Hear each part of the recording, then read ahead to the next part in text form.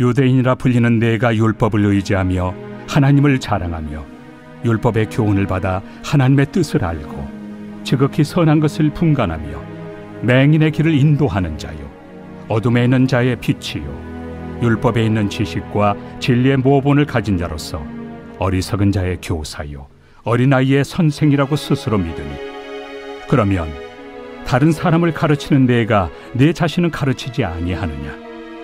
도둑질하지 말라 선포하는 내가 도둑질하느냐? 간음하지 말라 말하는 내가 간음하느냐? 우상을 가증히 여기는 내가 신전 물건을 도둑질하느냐? 율법을 자랑하는 내가 율법을 범함으로 하나님을 욕되게 하느냐? 기록된 바와 같이 하나님의 이름이 너희 때문에 이방인 중에서 모독을 받는도다. 내가 율법을 행하면 할례가 유익하나 만일 율법을 범하면 내 할례는 무할례가 되느니라. 그런즉 무할례자가 율법의 규례를 지키면 그 무할례를 할례와 같이 여길 것이 아니냐. 또한 본래 무할례자가 율법을 온전히 지키면 율법 조문과 할례를 가지고 율법을 범하는 너를 정죄하지 아니하겠느냐. 무릇 표면적 유대인이 유대인이 아니요 표면적 육신의 할례가 할례가 아니니라. 오직 이면적 유대인이 유대인이며 할례는 마음에 할지니 영에 있고 율법 조문에 있지 아니한 것이라. 그 칭찬이 사람에게서가 아니요 다만 하나님에게서니라.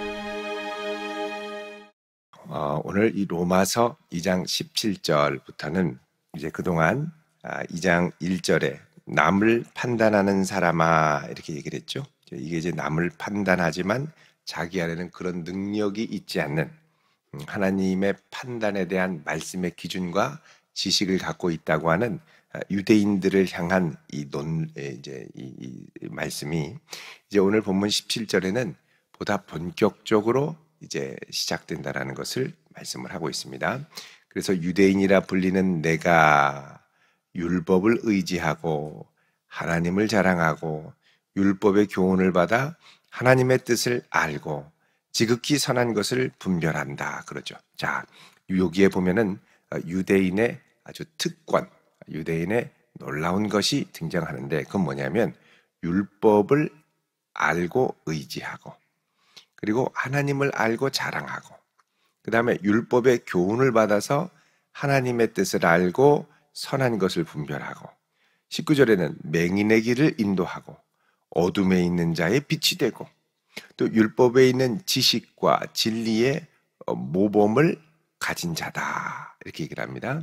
그런데 여기 보면은 어리석은 자의 교사요 어린아이의 선생이라고 스스로 믿으니 이렇게 돼 있죠. 자, 하나님의 율법이 갖고 있는 놀라운 뜻을 이들이 갖고 있고 또 그 뜻을 분별하면서 스스로 맹인의 길을 인도한다, 어둠에 있는 자들을 인도한다라고 자부심을 갖고 있지만 그러나 21절에 다른 사람을 가르치고 율법을 잘 안다는 내 자신이 스스로를 가르치지 아니하느냐 이렇게 얘기를 합니다.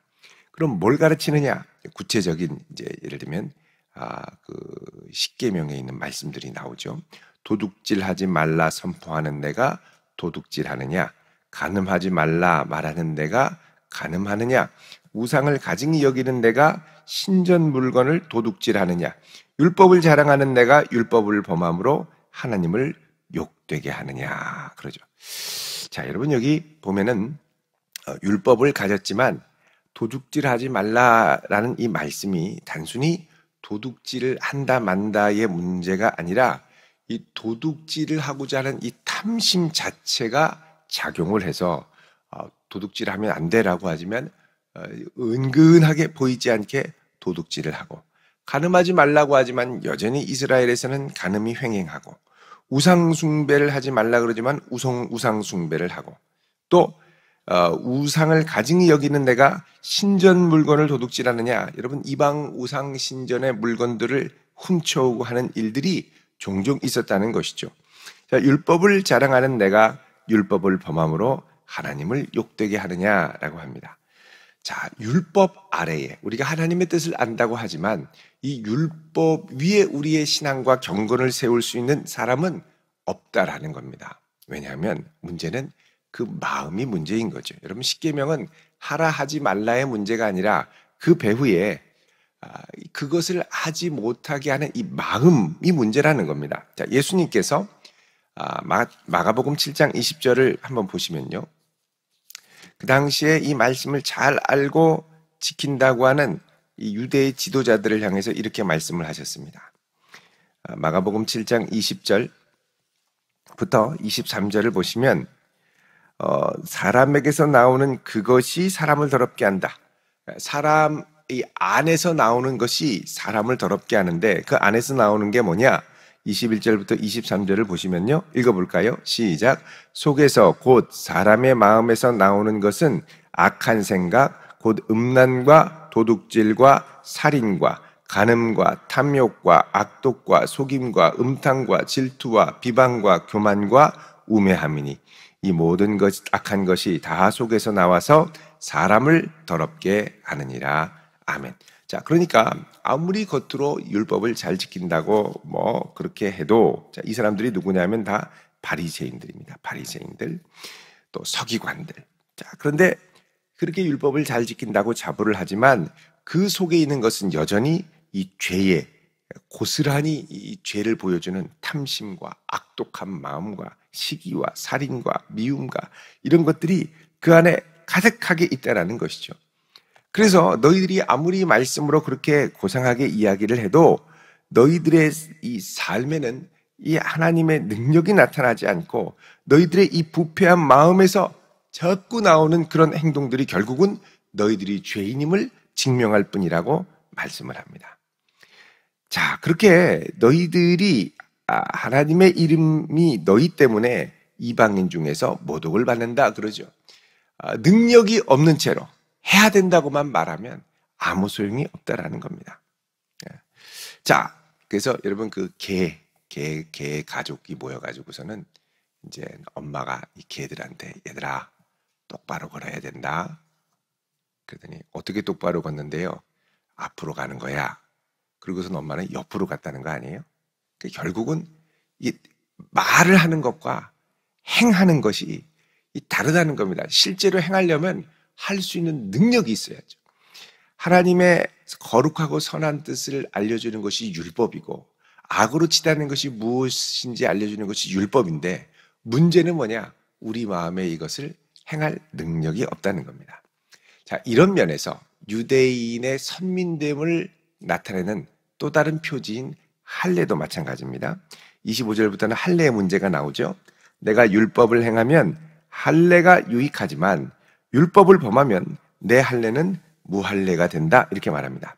자, 여러분 그 율법에 있어서 이 할례의 문제가 있죠. 할례는 뭐냐? 유대인의 선민됨의 표지였습니다. 그래서 이 유대인들, 그 당시에 유대인들의 자부심을 갖는 하나님의 선민으로서의 이 두 가지 특징이 있었는데 첫 번째는 뭐냐? 이들은 토라를 갖고 있다.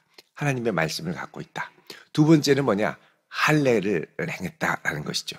특별히 이 할례는 유대인의 선민됨을 나타내는 아주 중요한 표지였고 사실 이 할례에 대해서 아주 몸서리 치는 아주 강한 상흔이 이스라엘 민족 가운데 있었습니다. 그것은 주전 한 170년경에 아주 이스라엘에 아주 큰 충격적인 폭군이 등장하는데 그게 뭐냐면 이제 시리아 제국의 안티오코스 에피파네스 4세라고 하는 이 왕이 등장을 합니다.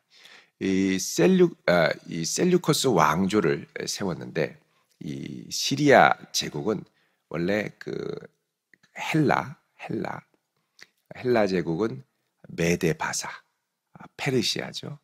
그러니까는 페르시아가 바벨론을 무너뜨리고 바벨론이 이스라엘을 무너뜨렸었는데 이 바벨론을 무너뜨린 것이 페르시아 제국이죠. 이 페르시아를 무너뜨린 게 헬라 제국입니다. 이 헬라 제국의 모습에 대해서는 다니엘서 7장 8장에 다니엘의 환상을 통해서 등장을 하죠.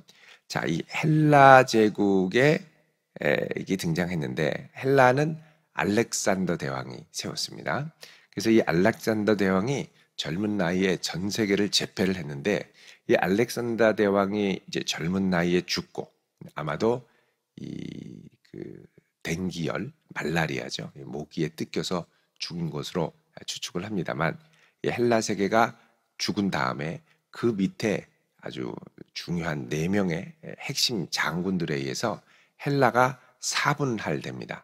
그래서 헬라 제국이 4분할됐는데 가장 아래쪽에는 이집트에는 프톨레미 왕조가 시작이 됐고, 이 프톨레미 왕조가 점점 커지면서 이제 그 남서쪽에 있는 제국을 통합을 하고, 또 북동쪽에 있는 이제 제국이 시리아 제국이었는데, 이 시리아 제국이 그쪽을 또 통합을 합니다. 그래서 큰 2개의 세력으로 나뉘어지는데, 이 시리아가 이스라엘을 이제 장악을 하려고 했던 것이죠. 그때 어떻게 했냐면 그 예루살렘 성전에 침입을 해가지고 성전에 들어가서 지성소에 거기에 가서 이제 그 제우스 신상을 세우고 거기에, 그리고 번제단에 돼지 피를 뿌려서 제사를 했습니다. 그러니까 유대인들이 완전히 너무너무 힘들었죠.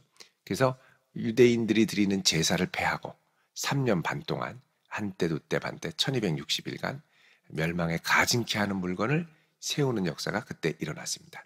그 잔혹한 이 셀류커스 왕조의 안티오코스 에피파네스 4세가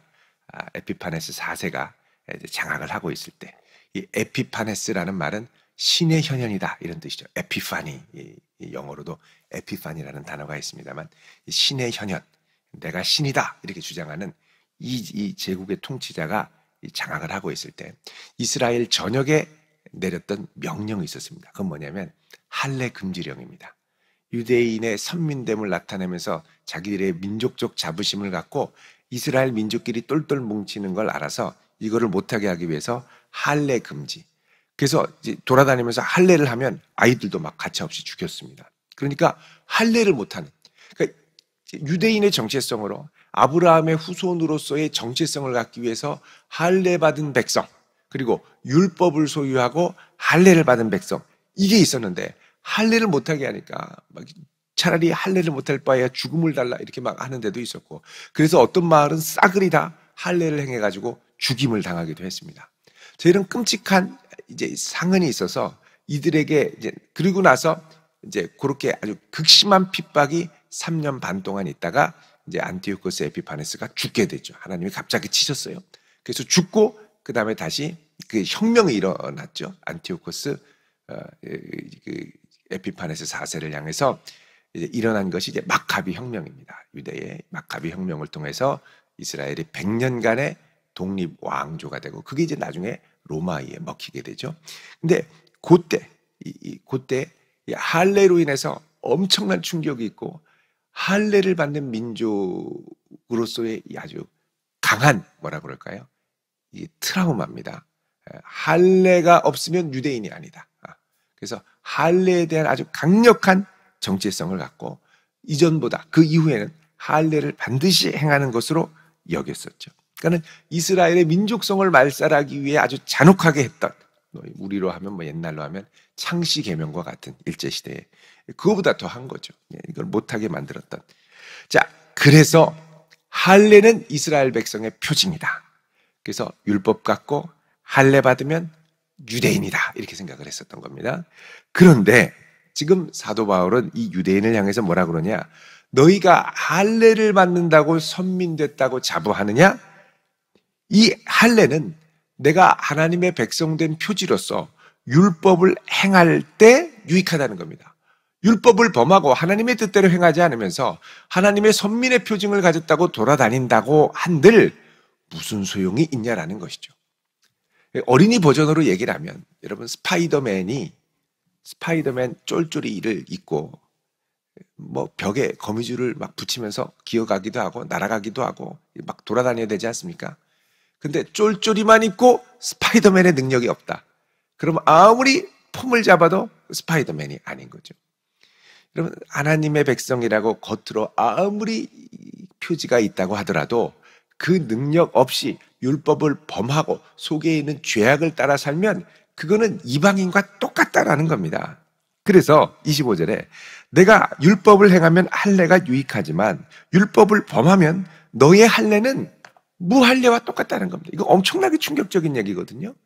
너 율법을 범하면서 할례 받은 백성이라고 그러냐? 너는 무할례자랑 똑같다.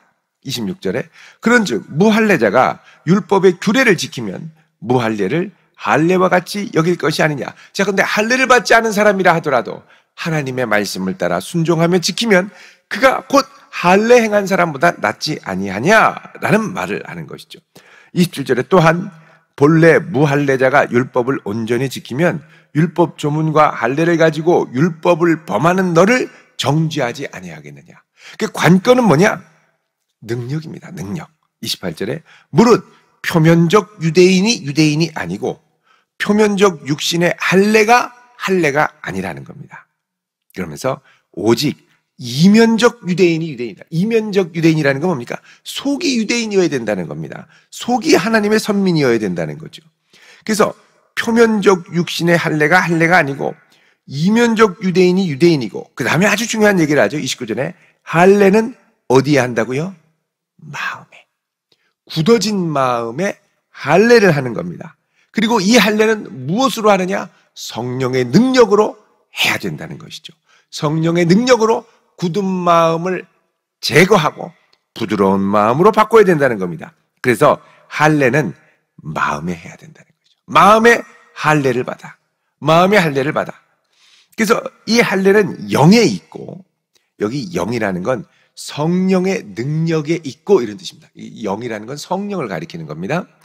이 할례는 마음에 해야 되는데 성령의 능력으로 하는 거지 율법 조문대로 살갗 빼어서 하는 것이 아니라는 겁니다.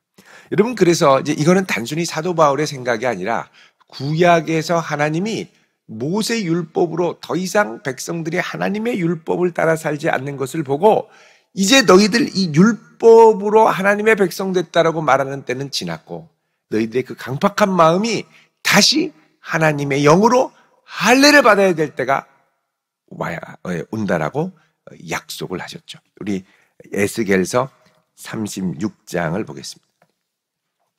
에스겔서 36장 26절. 아주 대표적인 새 언약에 대한 약속입니다. 에스겔서 36장 26절. 자, 여기 보시면은요. 읽어보겠습니다. 26절, 27절 시작. 또 새 영을 너희 속에 두고 새 마음을 너희에게 주되 너희 육신에서 굳은 마음을 제거하고 부드러운 마음을 줄 것이며 또 내 영을 너희 속에 두어 너희로 내 율례를 행하게 하리니 너희가 내 규례를 지켜 행할지라. 아멘. 자, 여기 보면 새 영을, 하나님의 성령을 너희 속에 두고 새 마음을 너희에게 주어서 너희 육신에서 굳은 마음을 제거한다. 이게 뭐냐? 할례 용어입니다. 할례 용어. 너희의 표피에서 굳은 것들을 제거한다는 거죠. 너희의 살에서 굳은 마음을 제거하고, 여기 굳은 마음이 나나주 1번에 보면 돌 마음을 제거하고 이렇게 돼 있죠. 돌같이 단단하게 굳어진 마음을 제거해야 하고, 그 다음에 제거한 다음에 거기에 2절에 부드러운 마음을 준다. 나나주 2번에 보면 고기 마음. 고기는 부드럽죠. 생고기는 부드럽죠. 그러니까 부드러운 마음을 줄 것이다. 딱딱하게 다 타가지고 딱딱하게 굳어버린 그런 고기가 아니라 부드러운 마음의 고기와 같은 마음을 준다라는 겁니다. 그래서 이 성령을 너희 속에 두면 27절에 너희로 내 율례를 행하게 한다. 그러니까 율법 행하는 것이 형식상 행하는 것이 아니라 하나님의 성령의 능력으로, 성령의 감동으로, 권능으로 한다라는 것이죠. 그래서 성령이 임할 때 율법을 행할 수 있는, 율법이라는 건 다른 말로 하면 하나님의 뜻을 행할 수 있는 능력을 받게 되죠. 자, 여러분, 사도행전 1장을 가보십시오. 사도행전 1장 8절에 보시면요. 읽어볼까요? 시작. 오직 성령이 너희에게 임하시면 너희가 권능을 받고 예루살렘과 온 유대와 사마리아와 땅끝까지 이르러 내 증인이 되리라 하시니라. 아멘. 자, 오직 무엇이? 성령이 너희에게 임하면 너희가 무엇을 받는다고 그럽니까? 권능. 이 권능이 있어야 됩니다. 율법을 행할 수 있는 권능, 하나님의 뜻을 순종할 수 있는 권능, 예수 그리스도의 이 복음을 입술을 열어 증거할 수 있는 권능을 받아야죠. 그러면 입이 막 열립니다. 근데 권능을 받지 않으면 입이 떨어지지 않아요. 그래서 이제부터 이 로마서는 이제 하나님의 새 언약이 예수 그리스도를 통해서 성취됐는데, 이 예수 그리스도를 통해서 성취되고 그 복음을 받아들이는 우리가 유대인이 갖고 있는 율법, 또 유대인이 자랑하는 할례, 이게 하나님의 선민된 백성의 표지다라고 하지만 그것은 형식상 갖고 있는 것이지 실제로 능력으로 하나님의 뜻을 행하고 능력으로 하나님의 권능을 행하지 않으면 선민된 표지가 아니라는 겁니다. 이제 하나님의 백성된 표지는 뭐냐? 마음의 변화로 하나님의 뜻을 기쁘게 준행할 수 있는 새로운 백성이 되는 것. 그래서 이게 예수 그리스도의 보혈로 말미암는 새 언약이 우리에게 임하게 될 때 이렇게 되는 것이죠.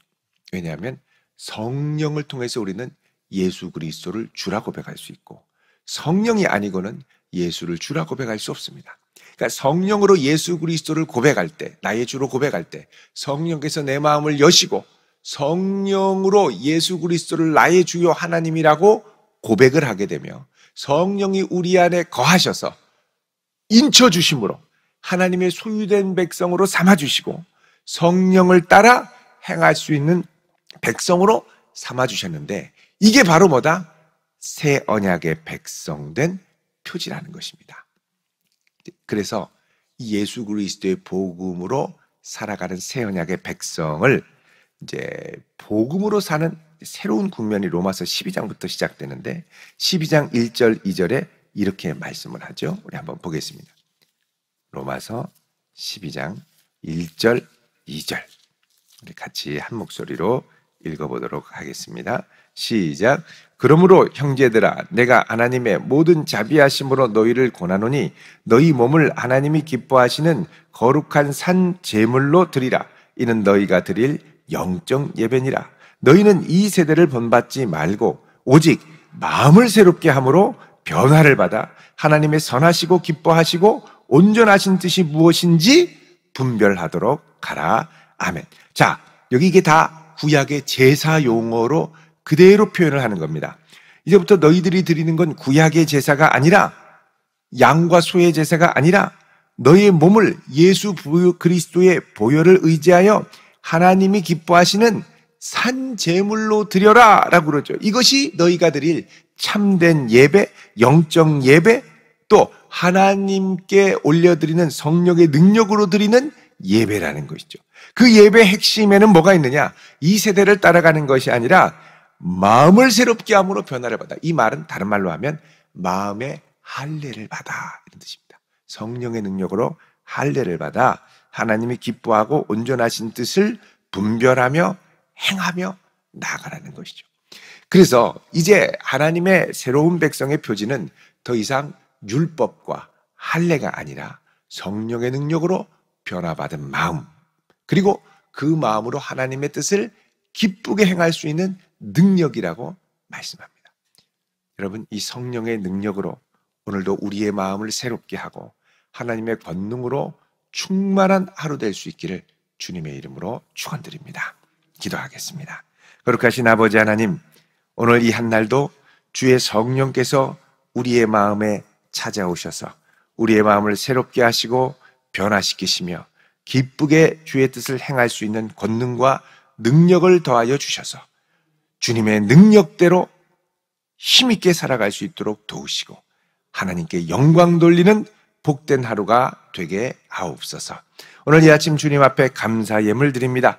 간절한 마음의 소원과 제목을 들으사 응답하여 주시옵시고 임마누엘로 동행하시며 지혜와 체력을 더하여 주옵소서. 예수님 이름으로 축복하며 기도드립니다. 아멘.